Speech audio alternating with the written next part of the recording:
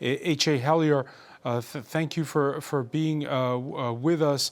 You're a senior fellow in geopolitics at the Royal United Services Institute for Defense and Security Studies.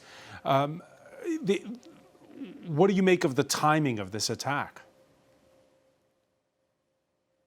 Thank you for having me on the program. I don't think that the timing has anything to do with this attack yesterday at all. I think it has everything to do with the fact that the Israelis have made it very clear that increasingly over the past 2 years, they see themselves as being able to operate without fear of consequence in an environment of impunity. And you've seen that with how they've conducted this war on Gaza. You've seen it in terms of how they've occupied further territory in Lebanon and Syria. You saw it in how they struck Iran, a particularly odious regime, but nevertheless a regime that was involved in negotiations with the United States when the Israelis decided they wanted to strike. And now on Qatar, a nation that has nothing to do with the conflict at all. Qatar has been hosting Hamas because the United States asked them to host Hamas in full knowledge, I should add, of Tel Aviv and the Israeli government. The Israeli government took advantage of that on more than one occasion.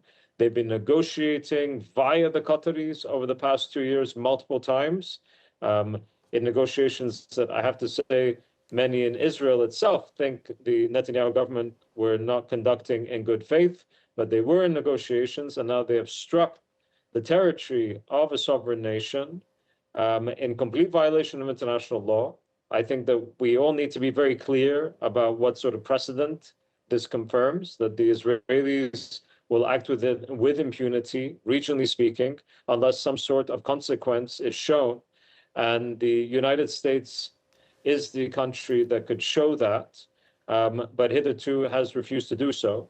And I think Qatar and other regional actors that are close allies of the United States will be wondering what sort of worth security guarantees from Washington actually have if this is allowed to take place without any consequence. So what kind of reaction, beyond the statements we read earlier, the condemnations, are there any concrete measures that you're expecting on the part of Qatar and on the part of Gulf states and Arab states that have signed the Abraham Accords and normalized relations with Israel? So I don't expect the Qataris to respond in kind.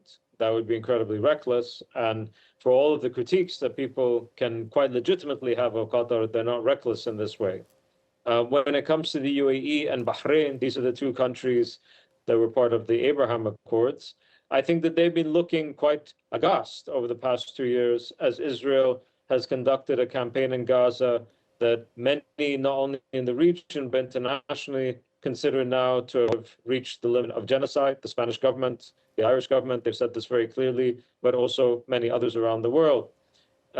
They've also been very concerned about the precedent that Israel is actually laying down, not simply with these strikes today on Qatar, but also earlier on over the past 2 years.